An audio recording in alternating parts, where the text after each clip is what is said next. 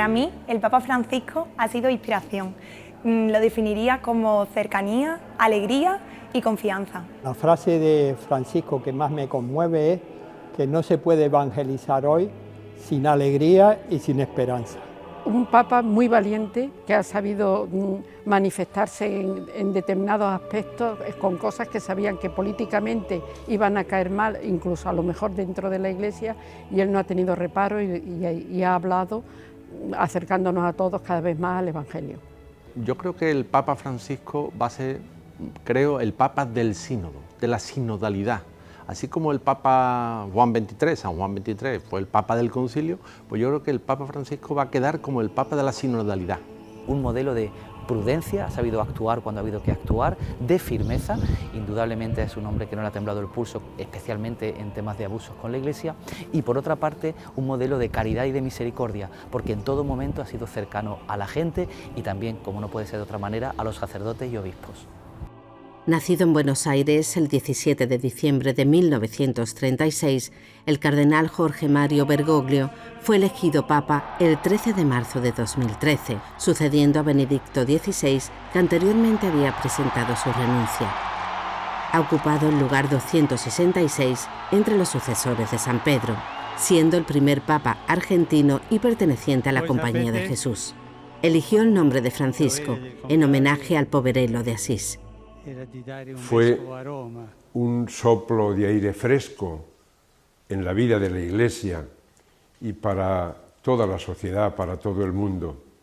Él nos recordó por encima de todo la alegría del Evangelio, que como Iglesia hemos de vivir la unión con Dios, la comunión eclesial, la sinodalidad, y todo eso anunciarlo a todos los hombres y mujeres de hoy con alegría, con esperanza, con buen humor. Él nos enseñó, nos insistió en mantener viva la llama de la fe, la luz de la fe que ha de iluminar toda nuestra vida. Nos insistió en que hemos de vivir como hermanos, porque todos somos hijos de Dios y estamos llamados a formar una familia, la familia de los hijos de Dios. Yo creo que la apertura ha sido un papa que ha abierto muchas puertas en la Iglesia, no en el sentido de que entre mucha gente en la Iglesia, sino los de Iglesia en salida. Creo que eso marca el pontificado desde el Evangelii Gaudium, y esa Iglesia en salida se ha traducido después en que la Iglesia ha dialogado, ha tendido muchos puentes con realidades a las que, bueno, por circunstancias históricas o por lo que fuera, no estaba abierta. Ahora, su legado fundamental es el poner en valor, en un primer plano indiscutible, el amor a los más pobres, el amor a los descartados, el amor a los que no tienen voz, el amor a los más débiles e enfermos. Y esto ya desde su exhortación apostólica Evangelii Gaudium, donde nos pone su programa de pontificado. El amor a los pobres no es una opción en el Evangelio sin más. Es algo esencial en el mensaje evangélico que no admite glosas. Esto nos lo dejó muy claro. Y esto es lo que ha vivido hasta el último gesto, precisamente el día de Jueves Santo, de irse ya en las condiciones físicas que estaba a estar con los internos de la cárcel de Roma.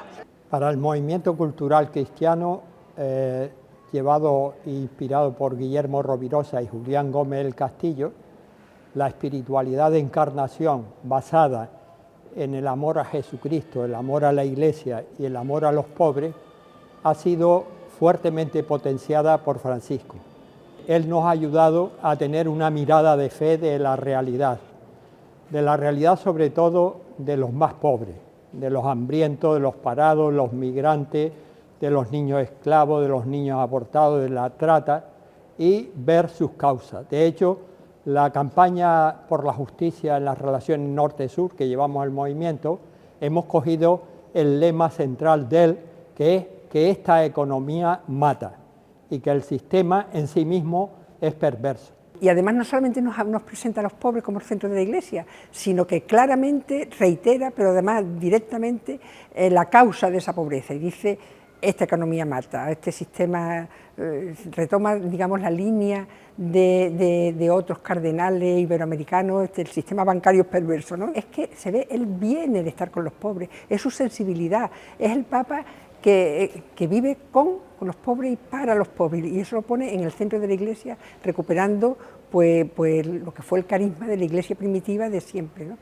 Entonces, bueno, para el movimiento cultural cristiano, esa defensa de los descartados, de los inmigrantes, los niños esclavos, ¿no? O sea, nosotros llevamos tantos años, 30 años, reclamando el 16 de abril, la fecha en que había muerto Iván Masí, el niño pakistaní esclavo, ¿no? Como una fecha importante para la Iglesia, un mártir por la defensa de la justicia, ¿no? Y entonces Francisco retoma esa propuesta el 16 de abril, habla, o sea, los medios de la Iglesia hablan de la esclavitud infantil.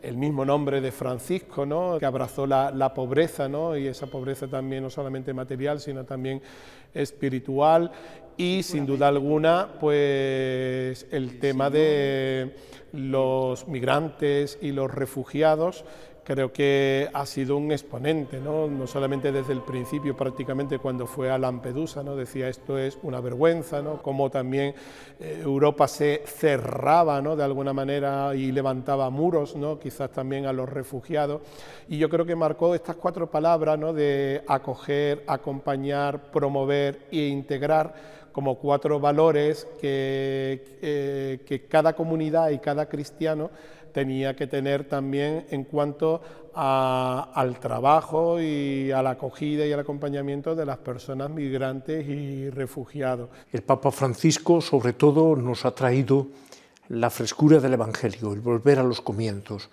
el despojarnos de cosas que son herencia de los siglos, y su formación jesuítica, su formación de pastor en América Latina, en Buenos Aires, pues le ha marcado, y él ha traído esa frescura de la Iglesia de América Latina, que es la mayor parte de la Iglesia, la mayor parte de los católicos.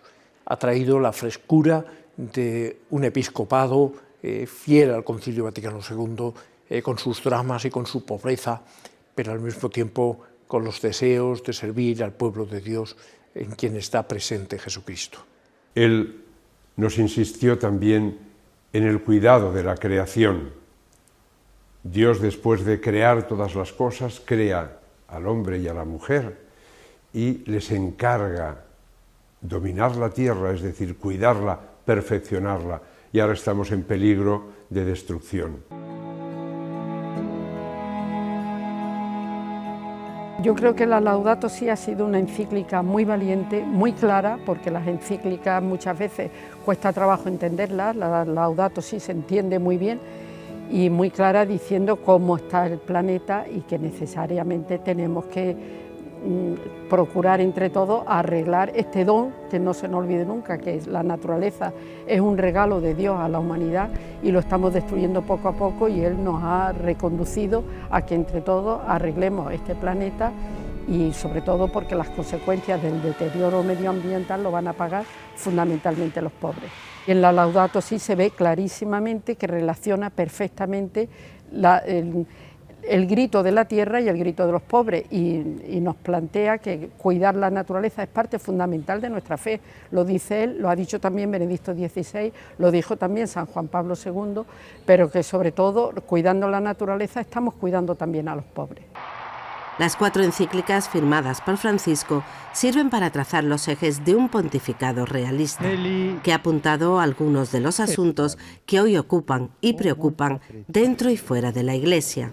El Papa Francisco, a través de sus escritos principales, fundamentalmente de sus encíclicas, ha ido poniendo acentos en el discurso de la teología que ha marcado su propio magisterio.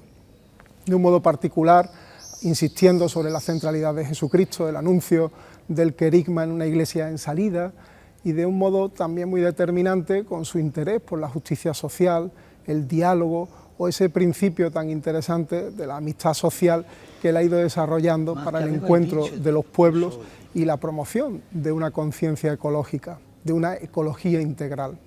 Una reforma que, a mi modo de ver, queda estructurada a través de 3 principios fundamentales.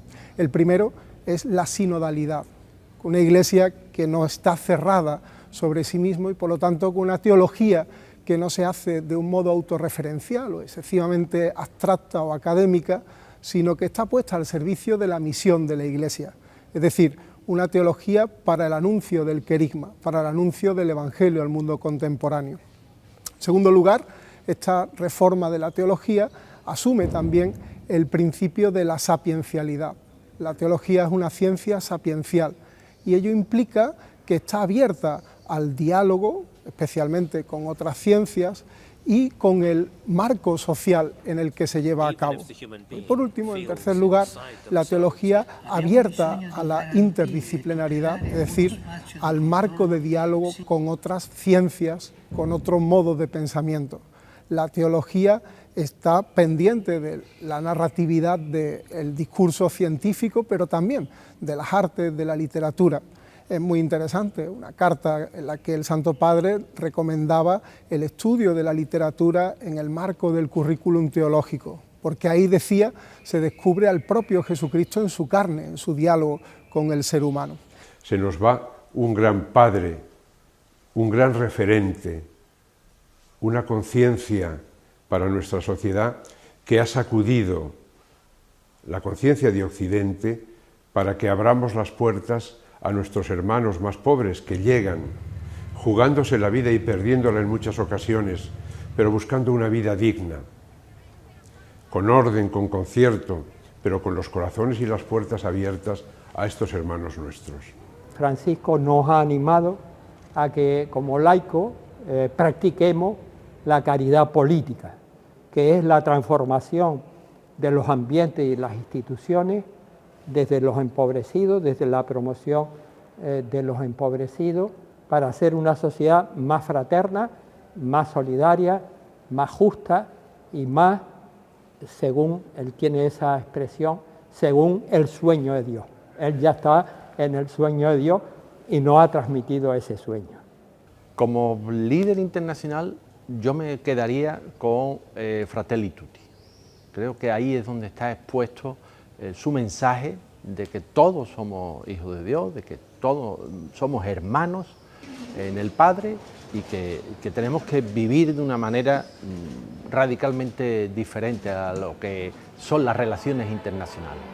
Y en ese sentido yo destacaría la Declaración de Gotemburgo con los hermanos separados de la Reforma, con los luteranos, y después importantísima la Declaración de Abu Dhabi con el imán de la mezquita Al-Azhar de El Cairo. Me parece que son dos hitos en el ecumenismo y en el diálogo interreligioso.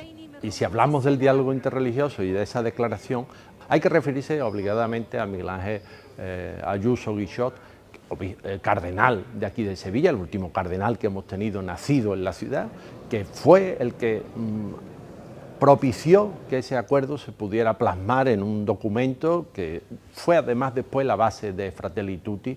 Y bueno, creo que es obligado referirnos a él, ya que tristemente no ha llegado al cónclave porque falleció el año pasado, pocos meses antes del Papa. Y él también ha sido un heraldo y un mensajero de la paz y ha luchado por la paz y ha pedido a todos que trabajen por la paz, ha rezado incesantemente por la paz.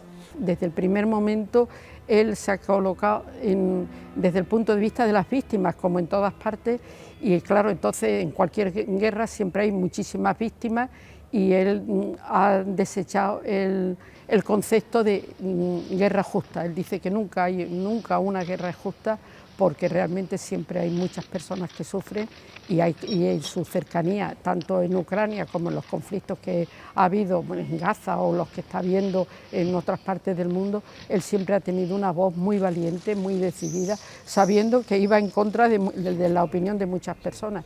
Y también en lo exterior, pues un gran líder mundial en unos momentos complejos y difíciles de crisis mundial, una voz de los sin voz, una voz del hombre de la paz que tanto necesitamos y vamos a echar de menos. Estamos recordando en estos días que el Papa Francisco ha sido el Papa que más canonizaciones y beatificaciones ha hecho a lo largo de la historia. Esto, a pesar de ser un dato importante, no deja de ser anecdótico y algo contingente, pasará, llegará otro papa que superará esa cifra. Yo creo que la aportación más importante en los procesos de santidad es que ha instaurado una nueva vía, una tercera o cuarta vía, que es el ofrecimiento de la vida, que es una combinación entre los procesos, tiene características de los procesos de virtudes y los procesos de martirio. En un plano teológico más amplio sobre la santidad, tenemos que recordar la exhortación Gaudete et Exsultate, en la que nos hace un llamamiento a recordar que la santidad es patrimonio de todos los cristianos, patrimonio y meta de todos los cristianos, porque todos confiamos en gozar de la visión plena del Señor, que en eso consiste la santidad. Con el compromiso de ustedes, con el ensuciarse las manos de ustedes por tocar la realidad de la miseria de los demás, están generando inspiración, están generando vida.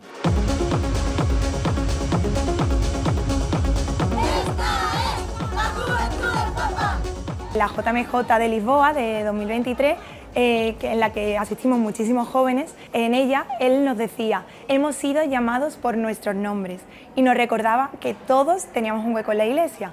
Además nos hizo a todos repetir al unísono: Dios me llama, Dios me ama. La misericordia entrar en esta casa. Que sean días en los que grabemos en el corazón que somos amados como somos. Y este es el punto de partida de la JMJ. Todos nosotros que hemos tenido la ocasión de participar en este encuentro en Lisboa, pues hemos sido unos bendecidos en ese sentido, ¿no?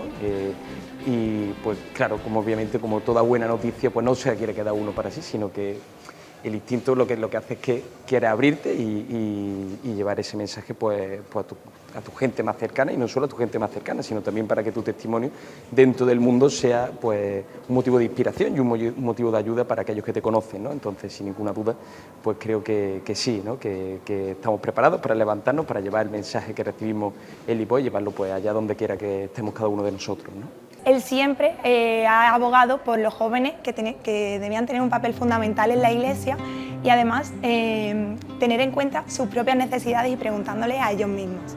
Si el sacramento de la confesión, pues con cualquier ministro es un borrón y cuenta nueva, pues la verdad es que ha sido un privilegio recibirlo de manos de Santo Padre, y yo diría que es casi un nacer y un morir y volver a nacer, ¿no? Sin ninguna duda es el momento hasta ahora más importante de mi vida, y creo que va a ser una cosa que me va a acompañar siempre, ¿no? Recibir la misericordia por parte del Santo Padre, que imagínense, ¿no? Es casi, ¿qué te digo? Pues el corazón se llena y ya simplemente recordarlo y se te viene a la cabeza, y eso, pues como un motor y un impulso, ¿no? A seguir hacia adelante. Ahora mismo la vejez es algo que se está tratando en la filosofía, en la antropología, en la sociología, y el Papa Francisco le ha dado un impulso fuerte, como es él, con le ha metido mucho pensamiento, le ha metido un componente de alarma a todos, que nos dice cuidado, nunca hemos sido tan numerosas las personas mayores y nunca hemos tenido tanto peligro de ser descartadas. Gracias a él se han instituido las jornadas mundiales para los abuelos y los mayores. Gracias a él hay una catequesis específica sobre la vejez. Gracias a él las conferencias episcopales se han puesto las pilas, porque él ha dicho que hacen falta estructuras diocesanas en cada iglesia particular que impulsen esto. Otro de los grandes legados al interior de la Iglesia también es el sentido de participación eclesial. Sinodalidad es la palabra que él ha puesto, era puesto en moda, pero es una antigua palabra de caminar juntos en la Iglesia. No podemos ir cada uno por nuestra cuenta. En la Iglesia hemos de ir sintiéndonos todos miembros del pueblo de Dios. Y la otra gran aportación ha sido el poner en la misma línea, sigue la línea que venía anteriormente, pero la presenta en primer plano. La Iglesia es la Iglesia de todos, todas las vocaciones. El laico, el fiel laico es una vocación dentro de la Iglesia, y la Iglesia es pueblo de Dios, y como tal pueblo tiene que funcionar la Iglesia. No ha alterado el magisterio lo más mínimo, pero ha tenido gestos, ha tenido expresiones, ha dicho cosas que sonaban a nuevas, aunque las dijera como a título particular, por supuesto sin ninguna pretensión de infalibilidad, no estaba hablando ex cátedra, pero eso es un nuevo lenguaje y yo creo que los medios de comunicación, los periodistas en general, lo han entendido así, ¿no? El Papa que se ha acercado pues a los descartados, ¿verdad? Eso, que en la Iglesia, sin darnos cuenta, pues hemos tenido mucha gente descartada por su condición sexual, por ejemplo, por su situación familiar, por su, no sé, por mil circunstancias, que lo hemos tenido un poco como apartado. Y el Papa, al final, con esa expresión tan bonita del hospital de campaña, ¿verdad?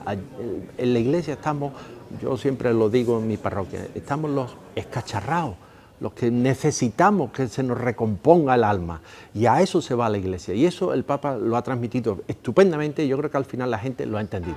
Tengo la sensación que el Papa Francisco jugó con ventaja desde el primer momento a nivel mediático. Es un modelo de comunicación muy personal, porque él ha marcado su manera de comunicar, y creo que ha sido un valor muy importante a tener en cuenta en este pontificado.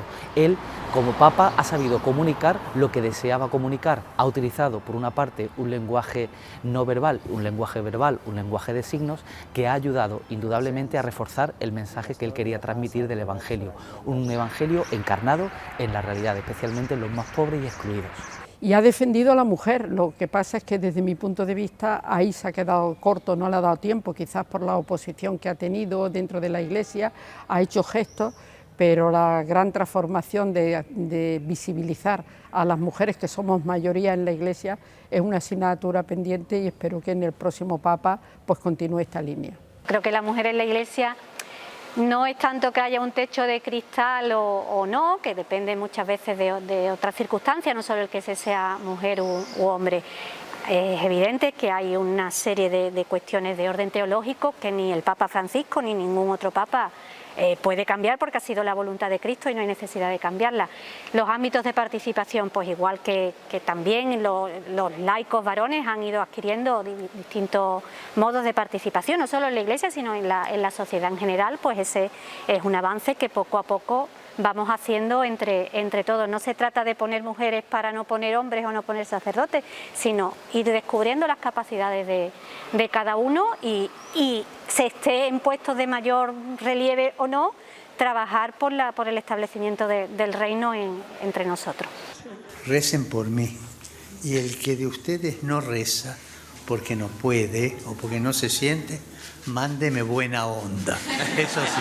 Yo creo que la mirada que ha tenido durante todo su ministerio es la mirada de un Papa bueno, de una persona cercana, de una persona humilde, y diría, si se me permite, casi campechana, ¿no? Es decir, incluso tuvo ocasión de bromear conmigo, es decir, por momentos se me olvidó que era el mismo Papa, ¿no? Porque verdaderamente su trato era más que cercano, ¿no? Entonces, muy acorde a lo que iba siendo todo su ministerio y el trato personal que él ha demostrado durante estos años de pontificado. Yo he tenido la ocasión de verlo 3 veces. En 3 ocasiones hemos sido recibidos como Justicia y Paz y como otras organizaciones que hemos participado en distintos seminarios en el Vaticano, y realmente se notaba una persona cercana, porque no te daba la mano protocolariamente, sino que te cogía las 2 manos y eso te llamaba también a ti a quererlas coger. Y además a cada uno nos decía una palabra, con cada uno tenía un gesto. Yo tengo 2 anécdotas personales fuertes en momentos de dolor y de sufrimiento. Personalmente